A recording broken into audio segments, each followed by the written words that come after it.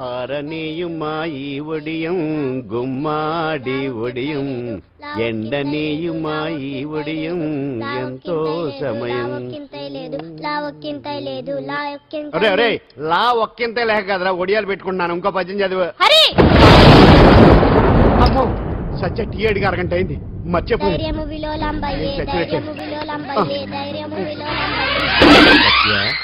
ఏంటి ఎంతసేపు అడిగి? అంటే నీకు పప్పు సార్లు ఒడియాలు ఇష్టమని ఎంత కష్టమైనా పెడుతున్నాను. తాగు. ఏంటిది? కాఫీ అడిగితే టీ ఇస్తావా? అదే ఇందాక హాల్లోంచి టీ అని పిలిచావు కదా. నేను టీ అనలేదు, నువ్వు చెప్పింది వినపడక ఏమిటి అన్నాను. ఏమిటిలో టీ ఒకటే వినిపించి. చిచ్చి పెళ్ళం ఆఫీస్కి వెళ్ళి కష్టపడొస్తుంటే అన్ని అమర్చి పెట్టాలని లేదు. ఇంట్లో ఉండి పీకే పనేంట. మా వాళ్ళు నీకిచ్చి అనవసరంగా నా గొంతు కోసారు. యాక్చువల్ గా డైలాగ్ నాది కదా. అన్నయ్య గారు, అక్కయ్య గారు ఒకసారి ఇలా వస్తారా? వస్తున్నా అక్కయ్య గారు. ఏంటి అక్కయ్య? అన్నయ్య గారు ఒక కప్పు కందిపప్పు ఉంటే ఇస్తారా? దాన్నే భాగ్యం కందిపప్పు కప్పు కూడా ఇచ్చేస్తాను. నువ్వు రాత్రి చక్రవాదం సీరియల్ చూసావా? మా ఇంట్లో కరెంటు వస్తే కదా అన్నయ్య గారు చూడడానికి. మరి మీరు? ఏం జరిగిందంటే సత్యాకి తలకాయ పొడి వస్తే అమృతాంజన్ రాజు పిల్లని పడుకోబెడితే 10 అయిపోయింది. ఇంకెక్కడ చక్రవాకం? అన్నానని కాదు గానీ ఏ మాటకు ఆ మాట అన్నయ్య గారు. మీలాంటి భర్త దొరకటం వదిన అదృష్టం. ఇందా కందిపప్పు కదా అడిగా, మర్చిపోయాను. అయిపోయింది. లేదు కొంచెం ఉంటే పప్పు సార్ పెట్టేశాను. అక్కయ్య గారు దీనికి కందిపప్పు కాదు గన్నేరు పప్పు ఇవ్వాలి. వదిన నా బిందు కూడా పెట్టి వచ్చేస్తా. అయిపోయావే. సెక్షన్ 151 ప్రకారం వారెంట్ లేకుండానే మూయించేస్తానే.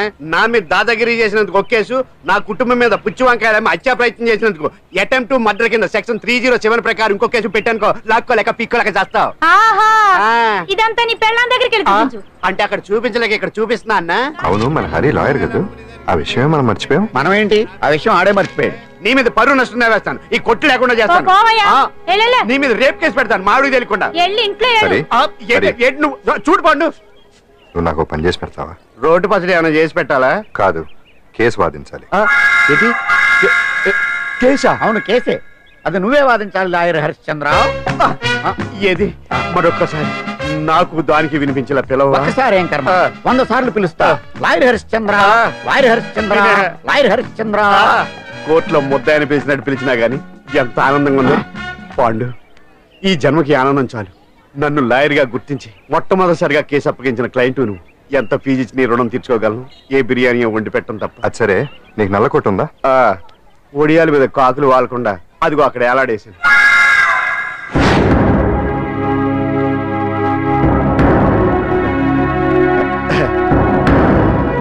యువర్ ఆనర్, ఈ అంజలి నేరం చేసినట్టుగా సాక్ష్యాధారాలన్నీ బలంగా ఉన్నాయి కదండి. అందుకే ఈ ముద్దాయికి బెయిల్ నిరాకరించవలసిందిగా కోర్టు వారిని కోరుతున్నానండి. మిస్టర్ హరిశ్చంద్ర,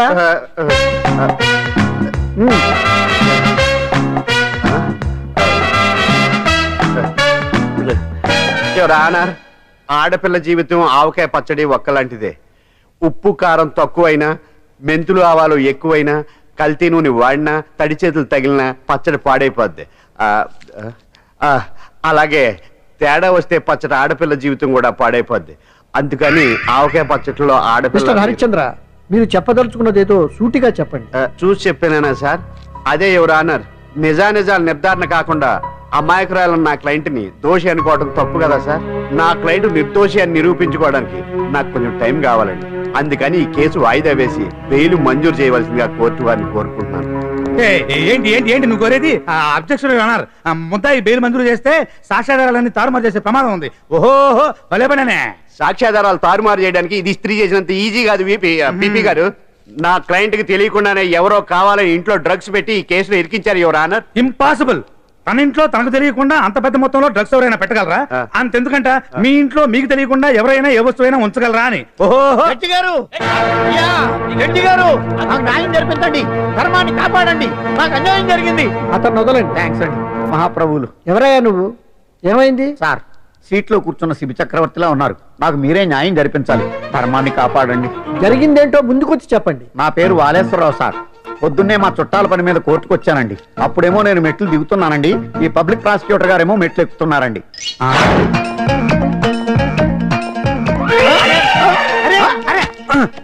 చూసుకొని బావద్దు. మీరు సడన్ గా ఆయన నన్ను డాష్ కొట్టారు సార్. సార్ కొట్టారా లేదు? కొడితే అవన్నీ పట్టించుకుంటావేంటి? పెద్ద మనిషి కదా నేను పట్టించుకోలేదు సార్.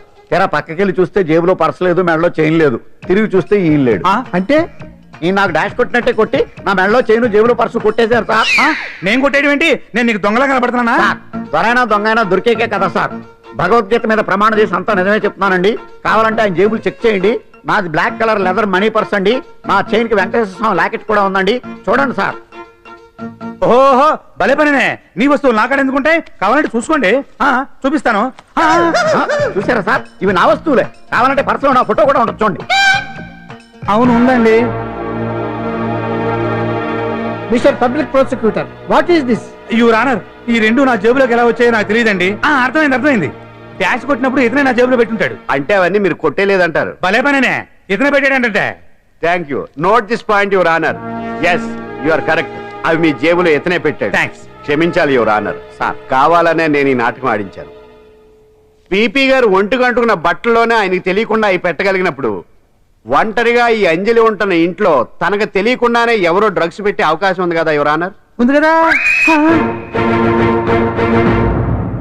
ఈ కేసులో ముద్దాయి అయిన కుమారి అంజలికి బెయిల్ మంజూరు చేస్తూ ఈ కేసును వచ్చే నెల 5వ తేదీకి వాయిదా వేయడమైనది. భలే పనినే. चंद्रमा रात आधी रह न जाए तेरे मेरे साथ.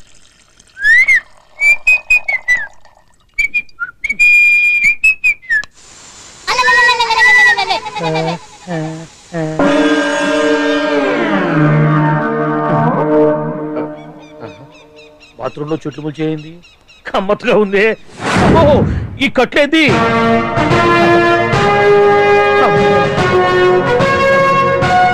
వామ్మో, నేను ఎక్కడున్నాను? హైదరాబాద్ కి 5 కిలోమీటర్ల దూరంలో ఉన్న 175 కిలోమీటర్ల దూరంలో ఉన్న దండకారణ్యంలో ఉన్నావు. ఓరు నాయనో, మీరంతా ఎవరు? గడపలు చూస్తే తెలవట్లేదా? అడవిలో అన్నలం. నేను మాత్రం తమ్ముణ్ణి. మీలో తమ్ముళ్ళు కూడా ఉంటారట. అన్నలు ఉన్నప్పుడు తమ్ముళ్ళు ఉండకూడదా? నువ్వేంది బాణం పట్టుకున్నావు? గన్నే పట్టుకోవాలా, బాణం పట్టుకోకూడదా? కొత్తగా థింక్ చేయండి రా. Control control. వామ్మో, నేను ఇంకా అబ్బాయి అనుకున్నా. అడవిలో కూడా ఐటమ్ అదిరిపోయిందే. క్యారే సాలే, రామక్క భీమక్క అనే సీతక్క కేలేన సౌమే. అలవాటు పొరపాటు అయిపోయిందక్క. ఎందుకు నన్ను ఇక్కడికి ఎందుకు తీసుకొచ్చినట్టు? మీ బావ మినిస్టర్ భగవాన్ చేసిన పాపాల్లో నీకు కూడా పావల వాటా ఉందని తెలిసింది. అందుకే మా అన్న నీ తోలు తీయడానికి ఇక్కడ తీసుకురామన్నాడు. పావలా వాటా? భలే వాడివే. ఆయన చేస్తుంటే నేను ఏదో పక్క నుంచి చూశాను తప్ప నాకు అందులో 5 పైసలు వాటా కూడా లేదు. నీ మీద ఒట్టు. ఆ మొక్క నువ్వు మా అన్నయ్య చెప్పుకో. ఆయన ఎవరు? చిన్నగా ఆల్ ఇండియా అన్నలకి అన్న రామన్న ఇలియాస్ రవన్న. అన్నకు అసలే హై బీపీ. నువ్వు కరెక్ట్ సమాధానం చెప్పిన కింద ఉంటావు, లేకుంటే హెల్ పైకే. ఆయన ఎక్కడ? అడిగో చూడు, అన్నగారు వస్తుండ్రు. ఎక్కడ భూస్వామ్య మోకలు తాడిత పీడిత జనం రక్తం పీల్చే రాబందులవుతారో, ఎక్కడ నగారిన నర్తల గుండె మంటలు రాక్షస రాజ్యాలను అంతమొందిస్తాయో, అక్కడ రామన్న ఆలియస్ రమణలో కొన్ని వేల మంది పుడతారా. అన్న మాట్లాడింది తెలుగేనా? నాకు ఒక్క ముక్క అర్థం కాలే. డైలాగ్స్ అర్థం అవ్వక్కర్లేదు, ఎమోషన్ అర్థం అయితే చాలు. నువ్వు తక్కువ తినలేదు. నువ్వు అనక్కర్లేదు. వీడే భగవాన్ బామ్మర్ది. ఏసమంటావా? ముందు వీడి సంగతి చూసి ఆ తర్వాత వీడి సంగతి చూద్దాం. ఆడి గుండెల్లో మైకు జనాల్ని మోసం చేస్తారంట.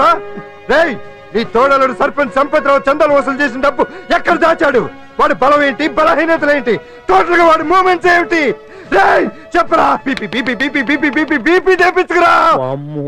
ఇంత బీపీయా? నీకు తెలుసు చెప్పు. నాకేం తెలీదు. నిజంగా తెలీదా? నిజంగా తెలీదు. ఏమీ తెలీదా? తెలీదు. ఏమీ తెలీదాడు నువ్వెందుకు పట్టుకుంటావు?